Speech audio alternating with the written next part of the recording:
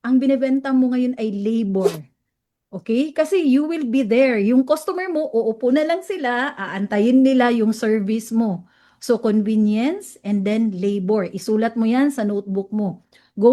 Moving forward, no, dun sa ating rule of three. Kasi marami sa mga estudyante ko, sabi nila, Coach, nakakapagod mag-costing.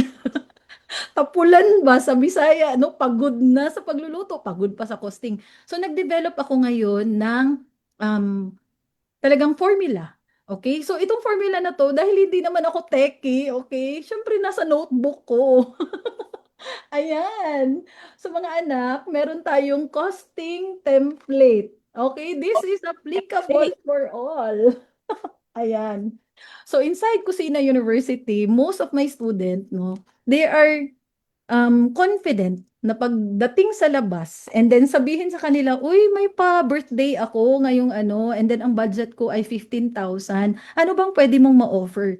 Mabilis silang mag-compute agad dahil memorize nila itong costing template namin. So ano-ano ang nandito?